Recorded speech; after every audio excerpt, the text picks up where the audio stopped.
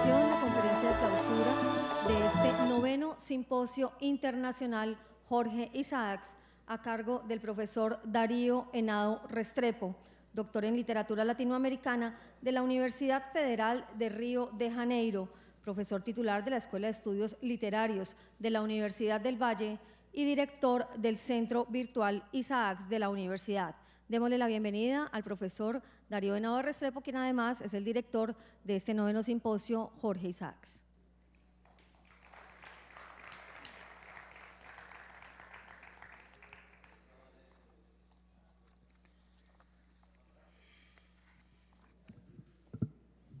¿Aló? Bueno, muy buenas. Estamos llegando al final de esta prolífica, densa y extraordinaria jornada alrededor de la obra de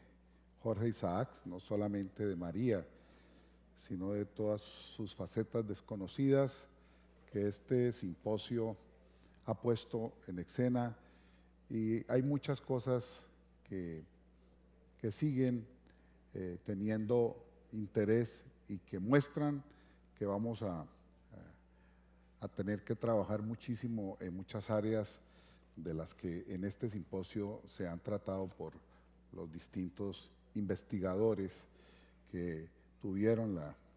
la gentileza de venir a Cali desde sus países o desde sus regiones para participar en este evento. De todas maneras, que Jorge Isaacs concite 61 ponencias ya es una demostración del interés que suscita y de la importancia de volver a este gran escritor, intelectual, periodista, político y explorador como nos lo hemos planteado en este seminario y en todo lo que hemos divulgado a medios, a colegios, a universidades, a bibliotecas que nos están escuchando. De alguna manera, haber hecho este simposio aquí, en este lugar emblemático de nuestro canal regional Telepacífico, en el Teatro Estudio, tiene importancia no solamente por la gente que pudo asistir aquí,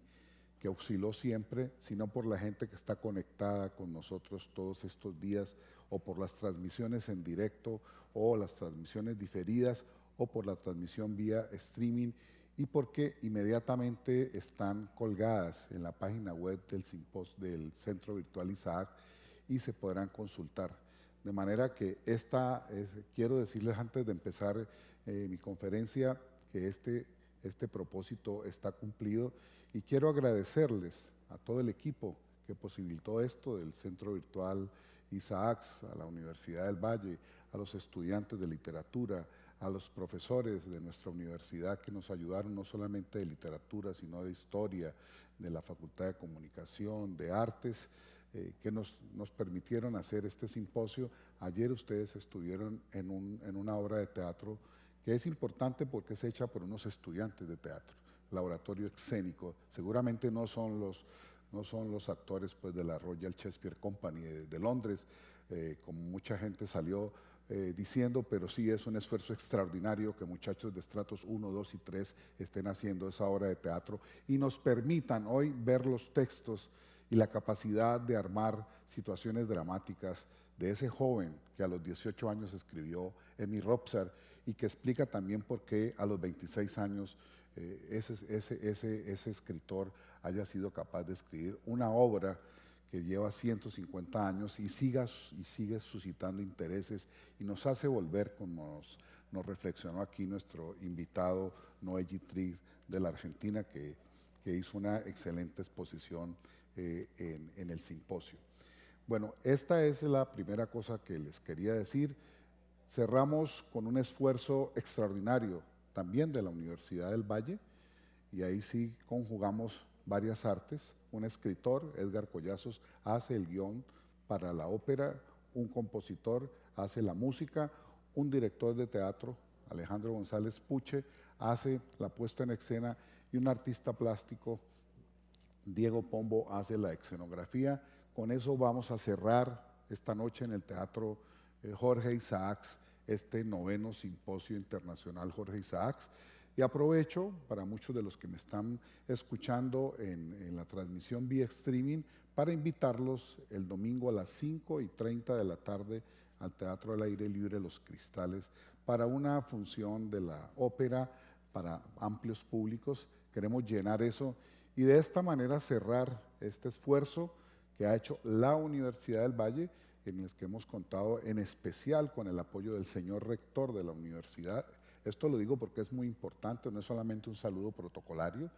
El rector de la universidad, compañero de generación y de pupitre en la Facultad de Humanidades, entendió la importancia de esto y creo, sin ninguna duda, que el homenaje que Jorge Isaac se merecía desde el Valle del Cauca se hizo en la Universidad del Valle. Estamos haciendo esa labor. Creo que lo que este simposio abre es algo que decíamos en el primer simposio, pero no teníamos tanta claridad. Hemos implosionado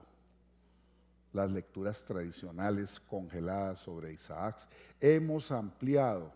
los objetos de estudio sobre Isaac y creo que quedan muchísimas tareas, no solamente para nosotros, sino para otros investigadores de otras generaciones. Quizás ya para los 200 años no estaremos aquí, Noé, pero habrán otros que recojan esto. Yo no aspiro a llegar hasta allá, Noé, pero creo que los 200 años seguramente volverán a hablar de Jorge Isaac y de la literatura colombiana, de la literatura fundacional y todos estos asuntos que son tan importantes para una cultura. Esas serían las cosas que quería decir. Agradecerle a todos los escritores que han participado, los investigadores. Algo tengo que decir, el nivel de las ponencias es altísimo. Muchas son producto de investigaciones de los ponentes, de los conferencistas. Otras se han preparado de manera especial para esta ocasión. Así que agradezco ese enorme esfuerzo intelectual y con seguridad cuando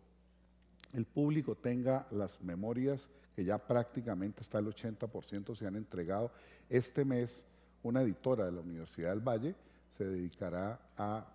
hacer lo debido con estos textos para que tengamos, igual con el volumen que les he regalado de las memorias, tengamos una edición de las memorias de este 9º Simposio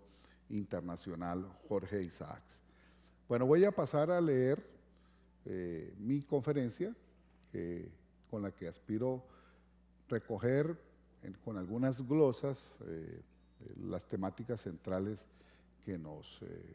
convocaron en este evento. La conferencia se llama A Isaac, lo que es de Isaac. Creo que con la publicación de la obra completa y las ponencias y conferencias de este simposio estamos cumpliendo un poco con esta idea de que tenemos que colocar a Isaac donde él se merece. Duraron muchas décadas, pasaron muchas décadas sin que esto fuera así. Y el subtítulo, que creo que ha estado atravesando todo lo que hay en estas ponencias y conferencias, y es entre la política, la historia y la literatura. Quizás lo primero, la política ha sido una faceta que sus biógrafos desdeñaron y que una lectura como la que se ha hecho aquí en varias conferencias muestra que es una faceta importante de don Jorge Isaac. De todas maneras participó en 4 guerras civiles y eso ya da una dimensión que vale la pena analizar en Jorge Isaac. Paso a leer la conferencia. Empezaré con la historia de una metáfora de estirpe romántica que define la vida y obra de Jorge Isaac, así como la vida y obra de destacadas figuras del siglo XIX colombiano. Esta metáfora asimila los sueños a una función política. En el caso de los neogranadinos, la metáfora se asimila al poderoso sueño emancipador de alcanzar una nación libre, soberana y civilizada, a la par con el progreso de las metrópolis europeas. Esa utopía animó a los patriotas que, comandados por Simón Bolívar y Francisco de Paula Santander, consiguieron la independencia de la Nueva Granada de España, así como a las generaciones que continuaron la construcción de la nación sobre las incipientes bases heredadas. La utopía de la nación como comunidad imaginada, buscada desde diversas concepciones enfrentadas, algo que vimos en el caso de Isaac, constituyó el móvil del convulsionado siglo XIX colombiano, plagado de inútiles guerras civiles, desordenadas constituciones políticas y enconados debates filosóficos, económicos y religiosos, discusiones aupadas por los afanes de quienes propendían por desprenderse de las viejas estructuras coloniales de aldea y campanario en disputa con los defensores del dogmático hispanismo católico. Para los primeros, la nueva nación debía de ser construida en franca ruptura con el legado español, siguiendo los pasos de la ilustración, del romanticismo político francés, del constitucionalismo norteamericano y las doctrinas económicas inglesas. Para los segundos, la independencia política era necesaria, pero la ruptura con la tradición era una catástrofe y un imposible. Por tanto, abogaron por la adhesión a la tradición religiosa hispánica y a ciertos principios de gobierno típicamente españoles, como mantener la Iglesia íntimamente unida a las tareas del Estado. Esto fue quizá un punto que le causó muchísimos dolores de cabeza y persecución a don Jorge Isaacs en la vida real que afrontó en el siglo XIX. En estas disputas, la más de las veces imperó la intolerancia entre las fuerzas políticas y muy poco o nada la transacción y el término medio, tal como lo refirió Rufino Cuervo a finales del XIX, delineando el panorama, y cito: «Los partidos medios se van, todo se va», exclamaba un elocuente español hace 25 años, palabras lastimeras con que se significaba haberse acabado en los pueblos de raza latina el verdadero espíritu de libertad, a cuyo influjo logra verdadero respeto a la conciencia con títulos mejores que la propiedad, y convertidas la moral y la religión en cuestiones de partido, haberse trocado las contiendas políticas en lucha interminable, satánica, trabadas, si cabe decirlo, en los más hondos senos de la conciencia, para acabar con toda paz y acibarar la vida social y la familia. Nuestros padres acariciaban todavía la ilusión de gozar un gobierno nacional a la inglesa o a la norteamericana, colocado sobre las alturas serena como el Olimpo, de donde observase a los partidos luchando con dignidad y decencia, prontos a ceder honradamente el lugar al vencedor. Esta es una opinión muy importante que caracteriza el clima político de esa segunda mitad del siglo XIX, en la cual le tocó la suerte de vivir a don Jorge. Isaac, por tanto, creció en medio de esas confrontaciones de un siglo lastrado de desmesuras e intolerancia entre distintas facciones políticas que luchaban por imponer sus concepciones en la organización de la naciente república. No solo como hombre público, en tanto político, periodista y educador, diplomático, soldado y explorador, sino como novelista y poeta, participó en este abigarrado teatro como actor de primera línea del sueño republicano. Su obra está íntimamente ligada a este contexto, como lo hemos visto en las múltiples ponencias y conferencias en este simposio. Aún más, ella lo sugiere de diversas formas, incluida María, novela con profundo sentido histórico, pese a que por décadas el aparato educativo controlado por la Iglesia Católica y los sectores conservadores, encabezados por Miguel Antonio Caro, la deshistorizaron,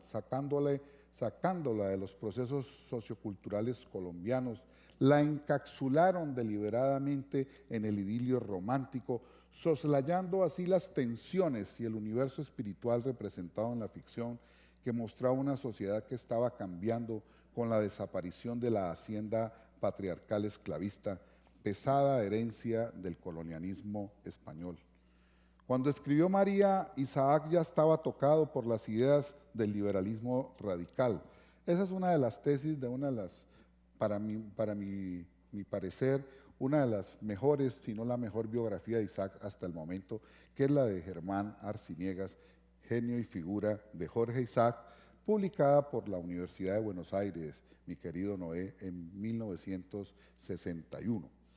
y que es una de los textos que sostiene esta tesis de que cuando Isaac escribe María, ya estaba tocada por las ideas del liberalismo radical, ya había tenido contactos en el colegio con las logias masónicas y ya comenzaba a tener ese tránsito nada fácil, como se muestra en la novela de Edgar Collazos, En Tierra Extraña, de ir pasándose de la herencia de familia, de su padre, un hacendado esclavista, matiz que muchos marxistas no han querido reconocer hasta ahora, de querer solo colocar a Isaac como un hijo de un terrateniente esclavista. Isaac con la novela y con muchas cosas que están ya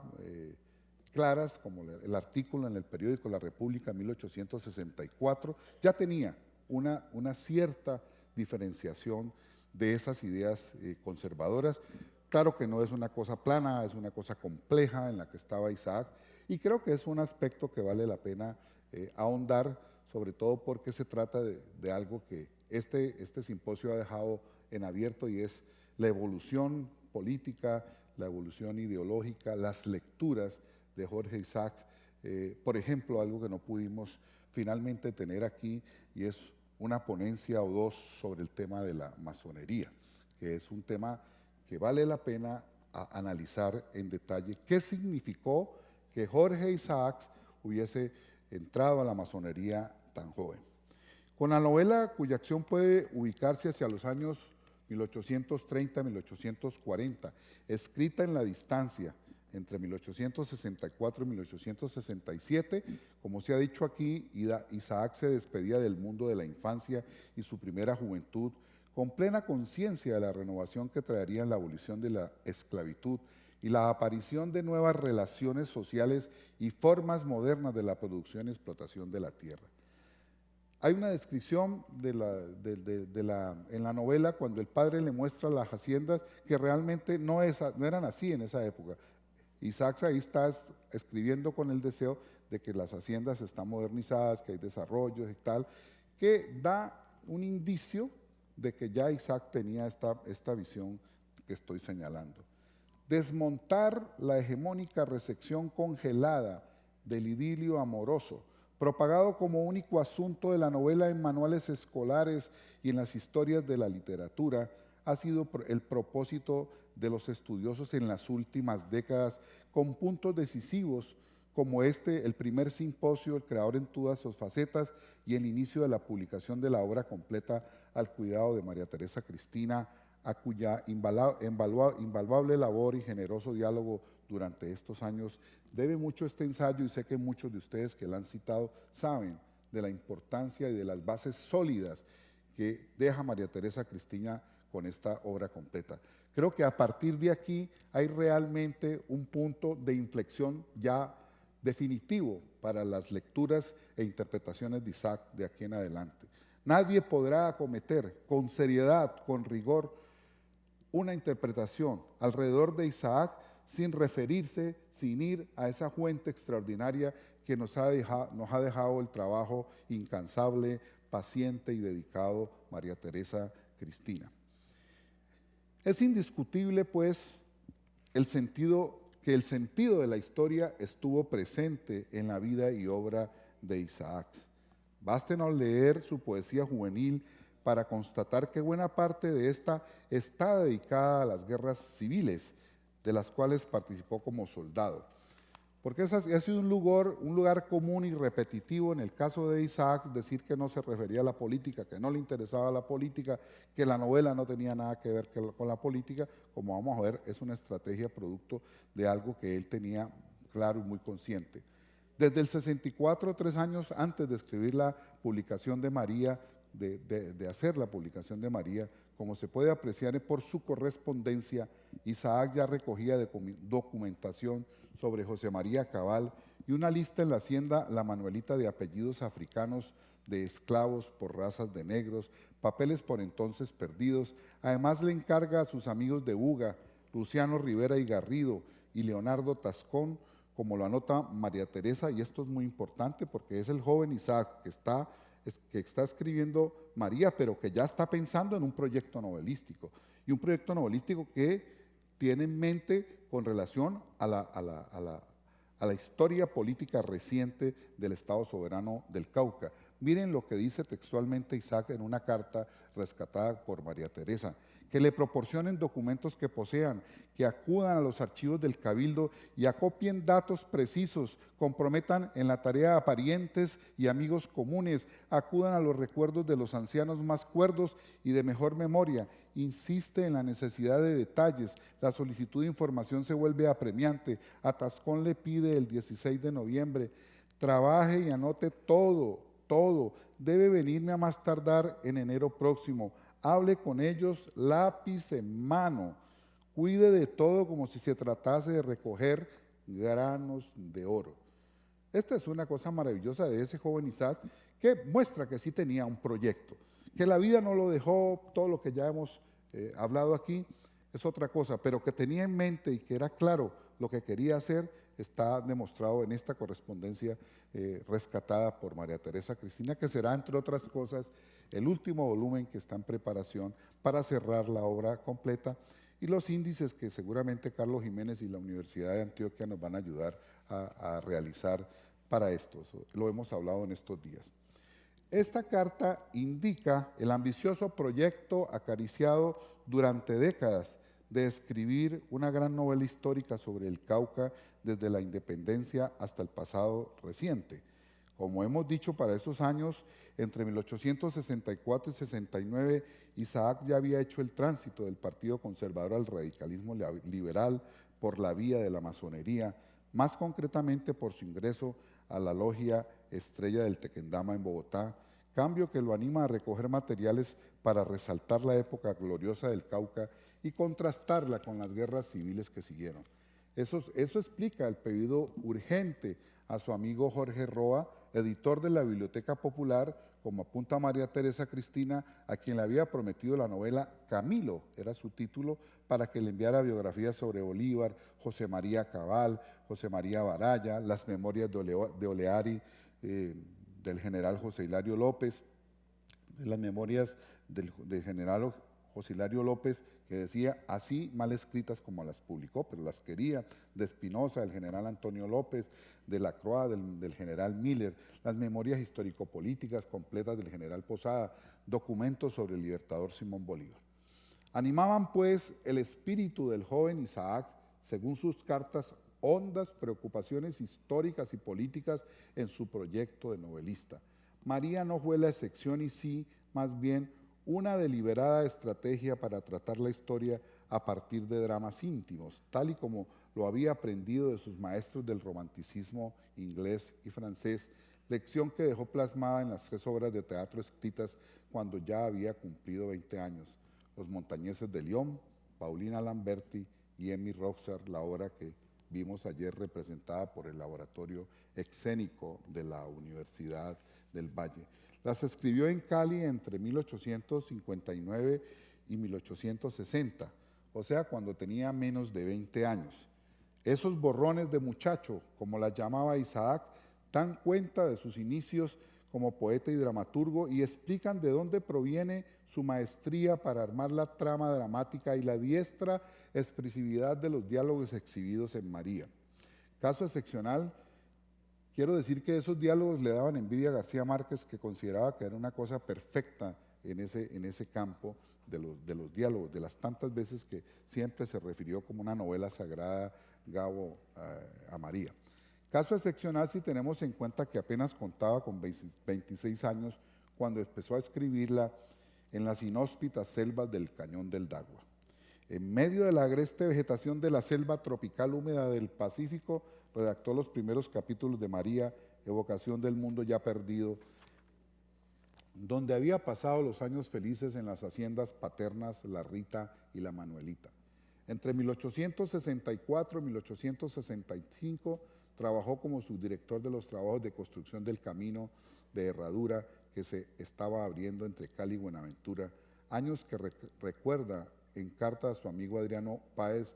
como una lucha titánica en mi vida. En los desiertos vírgenes y malsanos del Pacífico vivía como un salvaje, a merced de las lluvias, rodeado siempre de una naturaleza hermosa, pero refractaria a toda civilización. 400 hombres de origen africano tenía bajo mis órdenes. Tenían casi adoración por mí. Trabajé y luché hasta caer medio muerto por obra de la fatigante tarea y el mal clima. Esta es una estructura de sentimiento, como hemos visto en este simposio, clave y fundamental para seguir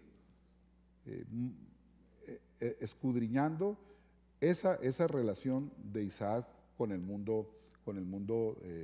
dijéramos, de los africanos que llegaron aquí como esclavizados. Digamos, con el mundo negro, que es un poco uno de los grandes logros, a mi manera de ver, de una novela como En Tierra Extraña, de Edgar Collazos.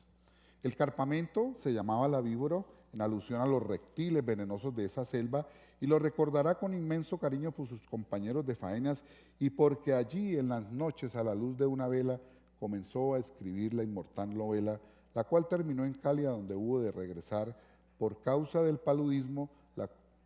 que habría de matarlo. La adversidad forjó su temperamento romántico y sería el sino que marcaría su vida.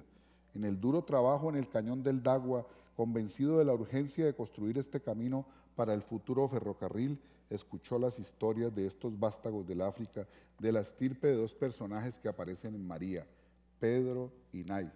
quienes le habían recreado la infancia con los relatos de su añorado continente. Él, como hijo de la diáspora judía, se encontró con la diáspora africana en las Américas, fenómeno de profunda universalidad poetizado en María. El poema dedicado a Nay, cantado en sus honras fúnebres, indica la comprensión del terrible drama de la esclavitud y la comprensión histórica de las consecuencias de la infame trata. Vale la pena leer este poema porque este es un poema que cuando hablaba con Manuel Zapato Lilla me decía, en ese poema ese hombre condensa todo el drama de la diáspora africana, vivida ya individualmente, en este caso por Nay,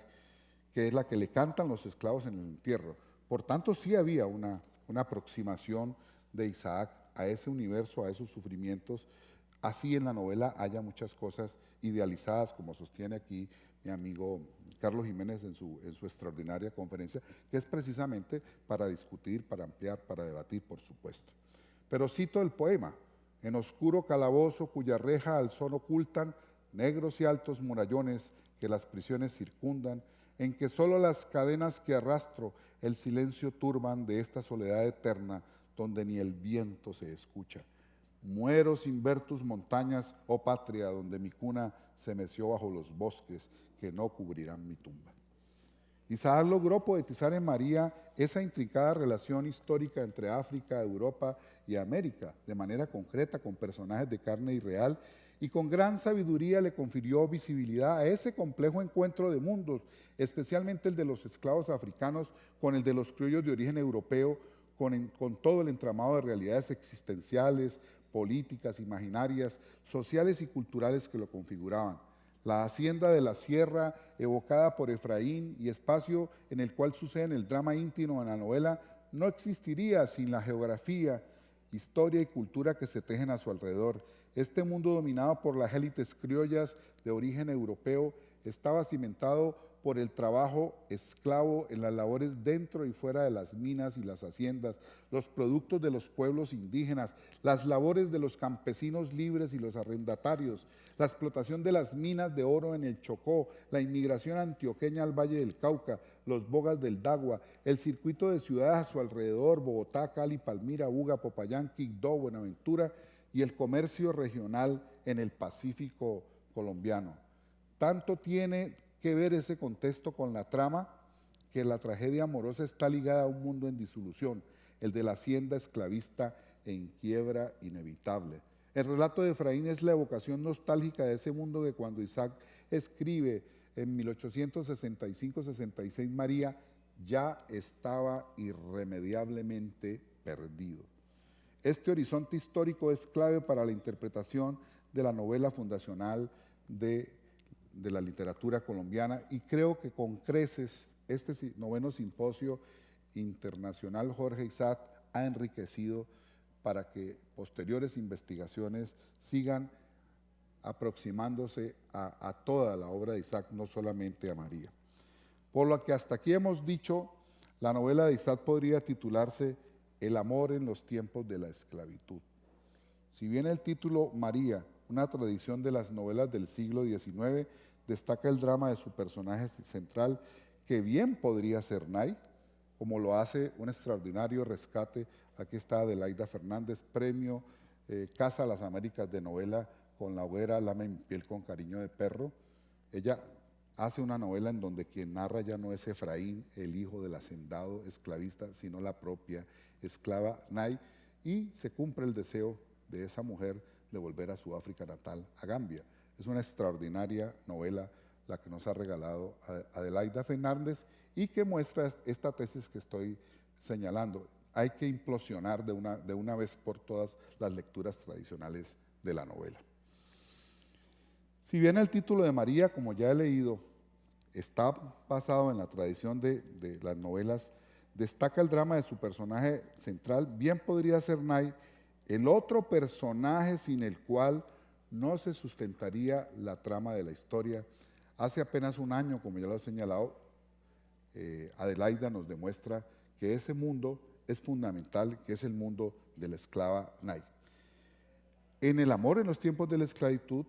alude a un asunto de fondo de la imposibilidad del amor que tanto para Nay como para la niña judía Esther está relacionado con ese inhumano sistema. Las relaciones de poder que se mueven ahí en la hacienda patriarcal, como ya lo han demostrado lecturas recientes, tienen que ver con eso. El padre está quebrado y esa es la razón de poder y de Estado, dijéramos, llevado al contexto concreto por la cual él impide el casamiento de Efraín con María. Y lo manda a estudiar a Londres porque es la única salida para evitar la quiebra de la familia. Es una situación clara y clave, y hay varias lecturas que muestran la manipulación política que se da al interior de la novela. Para la princesa esclavizada, Nay, ese inhumano sistema significó la separación de su tierra amada, Gambia, en África. Para la exiliada niña jamaiquina, un destino trágico su destino trágico se lo impone la quiebra de la hacienda patriarcal esclavista. Nay morirá añorando las montañas de su lejano país y Esther añorando el regreso de Efraín de Londres. Estos dramas íntimos se viven en un contexto, en una mundanidad que los vincula con las realidades materiales, sociales y políticas de la sociedad aludidas en el texto. Entre 1830 y 1840, cuando aún existía el sistema esclavista alimentado por el tráfico de los barcos negreros por el Atlántico, fenómeno que vincula el pequeño mundo narrado por Isaac a un proceso de profundas consecuencias para la humanidad, al cual estos millones de africanos contribuyeron con su trabajo, lo que Carlos Marx denominó como la acumulación originaria del capital en el primer volumen. La mundanidad de María conecta realmente dos diásporas que se encuentran y le dan vida a la poderosa trama que la sustenta, la diáspora judía y la diáspora africana, a partir de casos individuales concretos, que es el de la niña Esther y el de la princesa esclavizada Nay. Ambas hacen parte de la estructura de sentimiento en la cual se forja la personalidad de Jorge Isaacs en el seno de la hacienda patriarcal esclavista caucana. Con la historia de María, con esa belleza altiva de su raza, así la refiere varias veces Efraín en la novela, una manera de rendirle homenaje al pasado jamaiquino de su prole judía antes de Inglaterra y mucho más atrás, cuando fueron expulsados de la España por la reina Isabel en los tiempos de Colón. El texto se vincula con la diáspora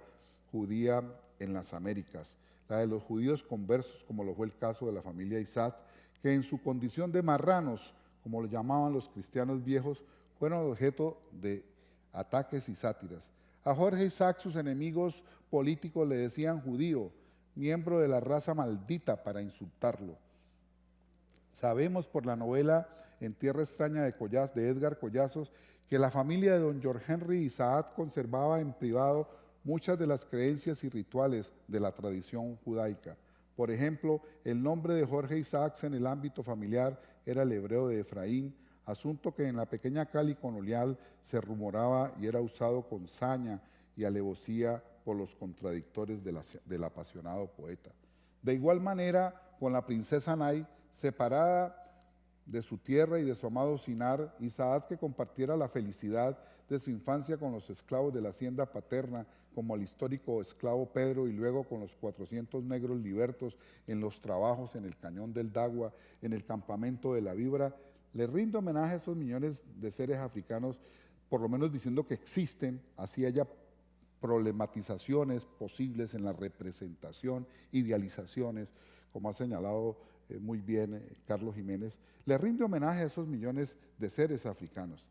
Dos intelectuales afrocolombianos, un chocuano, Rogelio Velázquez, y el otro cordobés, Manuel Zapato Olivella, escribieron a finales de los años 50 y comienzos de los 60 pioneros ensayos para destacar la presencia de los esclavizados en María, y no dudaron en calificarla como la primera novela negra del continente por ese reconocimiento tan extraordinario que le hacen a la presencia africana por primera vez en la literatura, por lo menos colombiana. Y fenómeno que se estaba dando, como vimos con la ponencia del brasileño y de la escritora puertorriqueña que invitamos, y seguramente en los Estados Unidos había una ponencia, pero no pudo ir finalmente, se estaba dando en todas las Américas. Era ese fenómeno de cómo se empezó a reconocer que no fue una cosa fácil, que fue traumática, que estuvo lleno de muchas fisuras, de muchos matices, cómo empezó a reconocerse la representación, en la representación literaria y cultural y en los aportes a la vida social y política, la influencia de los africanos que llegaron a las Américas. Tarea que también está en abierto y que es reciente en el siglo XX, y sobre todo en las últimas décadas, los estudios que hoy se llaman afrodiaspóricos. Esto es una tarea que está apenas comenzando en nuestras culturas, en nuestras sociedades. Para decirles una sola cosa, no existe en la mayoría de los departamentos de historia de este país una cátedra de historia de África, como si nosotros no tuviéramos buena parte de nuestra población proveniente de ese continente. Ahora hay un movimiento tanto de los africanos como de nosotros de empezar a pensar qué fue lo que trajimos, de hacer balances y de empezar a mirar con rigor y con seriedad lo que significó la diáspora africana para el mundo. En esto no estamos solos, es un gran movimiento en los Estados Unidos. La obra de Manuel Zapato Olivella es una expresión de ese movimiento que ya tiene sus primeras expresiones en el siglo XIX,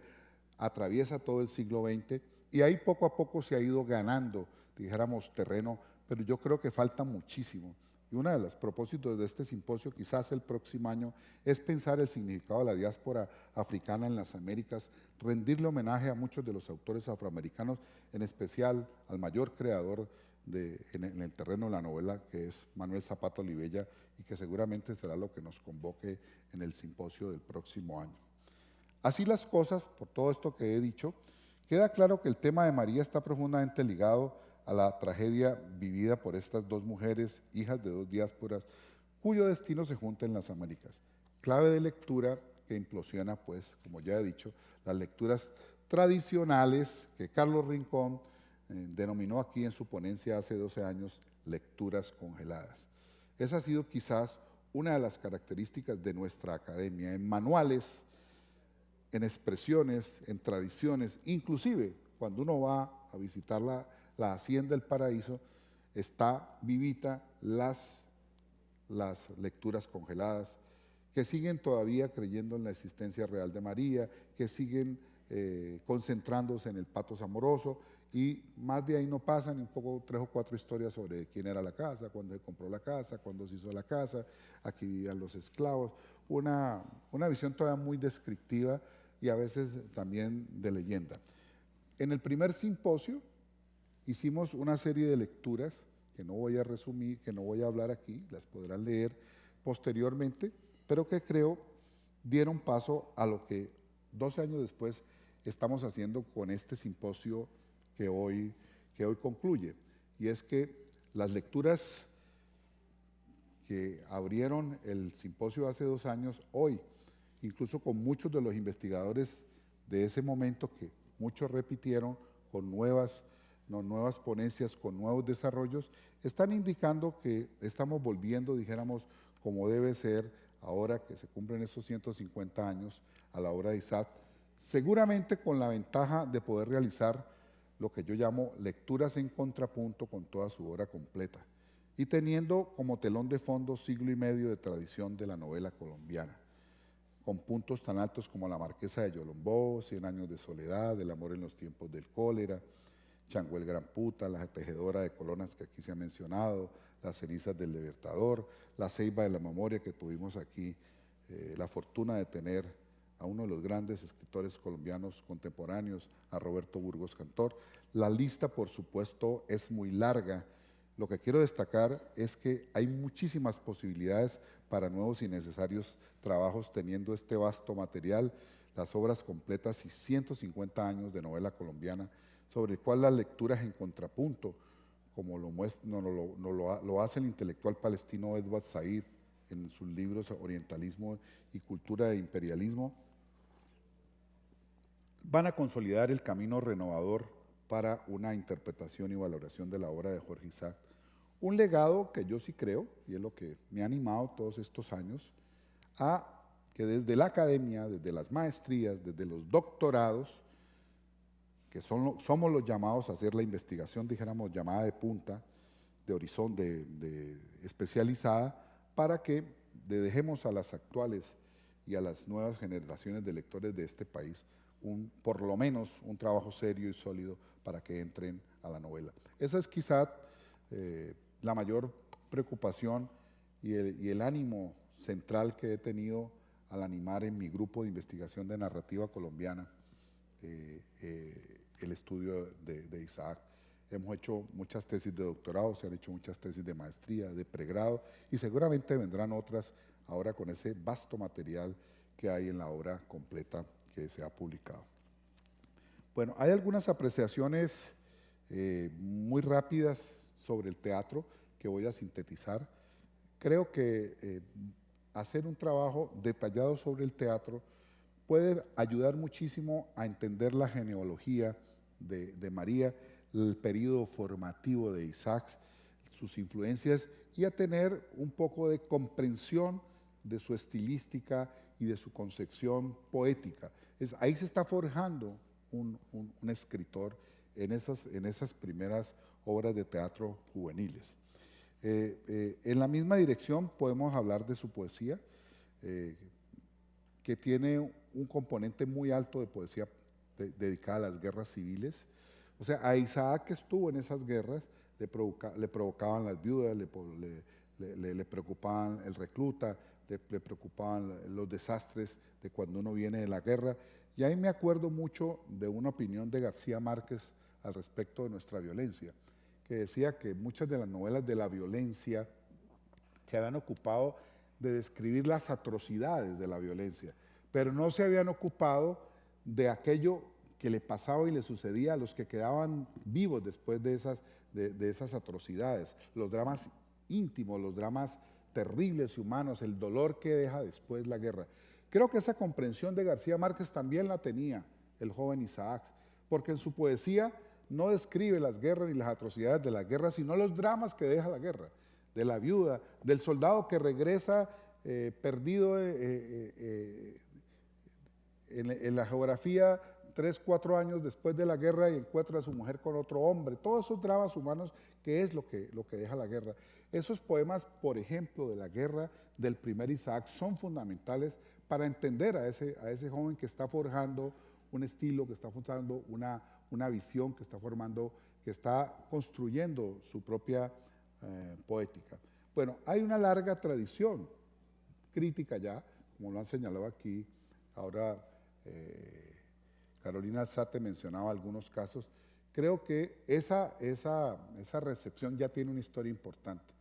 En el centro virtual, en la página dedicada a Jorge Isaacs, ya tenemos prácticamente lo más significativo de la recepción sobre Isaac, sobre María y sobre muchos aspectos de María, además de las memorias, y vamos a seguir recogiendo, nos falta muchísimo. Pero eso va a contribuir a que podamos acometer las tareas de las que he hablado y por supuesto a que otros autores, como ha planteado aquí Gonzalo Cataño, otros autores merezcan el mismo trato. Ya se ha empezado a hacer con Carrasquilla, ya se ha hecho en buena parte con Silva, con Pedro Gómez Valderrama hay una cosa importante, pues por García Márquez no hay ningún problema, es uno de los, por razones obvias, es quizás uno de los escritores más estudiados, no solamente de la literatura colombiana, sino de la literatura mundial, por lo menos en las últimas décadas, por la importancia de su obra. Bueno, quiero terminar con dos cosas, una que de alguna manera es un homenaje a un amigo entrañable, y es a Germán Patiño. Antes de morir, por allá en el 2006, escribió un bello ensayo que se llama Las cocinas de María y otro que se llama El influjo de la colonización japonesa al Valle, el influjo de María en la colonización japonesa al Valle del Cauca. Esto es muy bello porque Germán muestra cómo los primeros 5 campesinos japoneses que llegaron al Valle del Cauca en 1929 decidieron venirse al Valle del Cauca porque Yucho Takeshima, el profesor de ellos en la escuela ultramarina, les había enseñado español con fragmentos de María. Y esos campesinos decidieron que escogerían el valle, que querían venir al Valle del Cauca, y acá se vinieron esos campesinos e hicieron una importantísima contribución al desarrollo de la agricultura moderna en esta región. Este bello texto de Patiño que nos regala esa colonia es también una forma de rendirle homenaje a alguien que hizo un bello texto sobre las cocinas de María, que después daría origen a un libro extraordinario que vamos a reeditar próximamente, que se llama Fogón de Negros, un poco mostrando a partir de la cocina la influencia vital que han tenido los originarios de África que llegaron aquí se quedaron, nos ayudaron a construir esta sociedad, y afortunadamente somos una sociedad mulata, una sociedad mestiza, samba, única en el continente, como otras, como Bahía, como Salvador, por esa característica que nos da una manera de ser, una manera de sentir, de pensar muy especial, y que hoy, con fenómenos como el Festival Petronio Álvarez, dan cuenta de esa historia que está ahí por atrás y que viene de muchísimas décadas atrás, de siglos atrás. Bueno, quiero terminar diciendo que Jorge Isaacs es María, así como Flaubert decía Madame Bovary c'est moi, pues su novela es una especie de biografía irracional, tesis que hay que desarrollar y pensar más. Noé, tú que hablaste de las múltiples perspectivas teóricas que se abren, haremos caso a tus sabias recomendaciones. Troesma, nos has ayudado muchísimo. Yo quiero destacar, antes de finalizar, el papel que ha jugado Noé Gitrig, el maestro de muchos de nosotros, al que conocí al inicio de los años 90,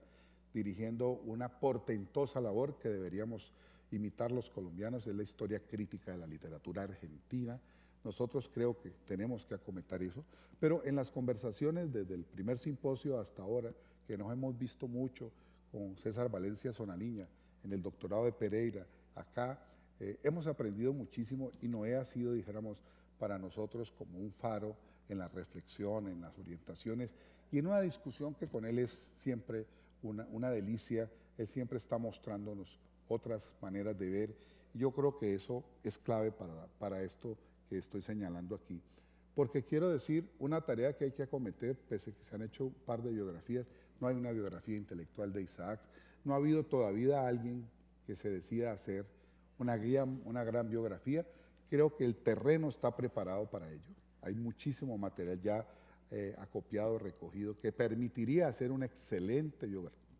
biografía de don Jorge, como él se merece. Creo que ya las que se hicieron,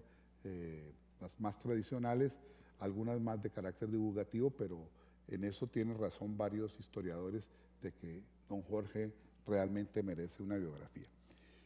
con toda la densidad de su obra. El temperamento romántico de Isaac, su firmeza de propósito, no está para hablar de la relación de Isaac con María no está en el pusilánime Efraín, sumiso ante la voluntad del Padre, y sí en el de María y Feliciana, dos mujeres que asumen su destino con altivez y rebeldía hasta donde se los permitía la sociedad que les tocó en suerte, así como a su creador que siempre desafió las adversidades de su tiempo en nombre de sus profundos ideales y convicciones, enfrentando muchas veces a fuerzas que lo superaban, movido por la pasión como trazo irresistible de su personalidad. Todas las facetas de la vida y obra del que fuera sin duda uno de los primeros intelectuales modernos de la joven República Colombiana están ahí para continuar la valoración que se merecen y para que de una vez por todas en este país con tan poca memoria histórica se le reconozca y valore a Isaac lo que es de Isaac. Muchas gracias.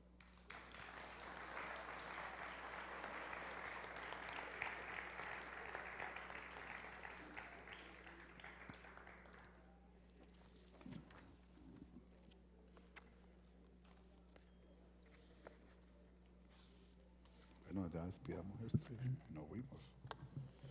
Invítalo a la ópera y nos fuimos.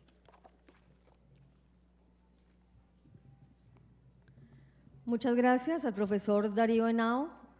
Restrepo por haber acompañado esta clausura del 9º Simposio Internacional Jorge Isaacs. Les agradecemos a todos ustedes quienes nos acompañaron durante estos 5 días aquí en el Teatro Estudio de Telepacífico, en todas las jornadas del simposio que se cumplieron, y recuerden que a partir de esta noche a las 7 de la noche estaremos en el Teatro Jorge Isaacs viendo la ópera Isaacs, compuesta por el profesor Alberto Guzmán Naranjo,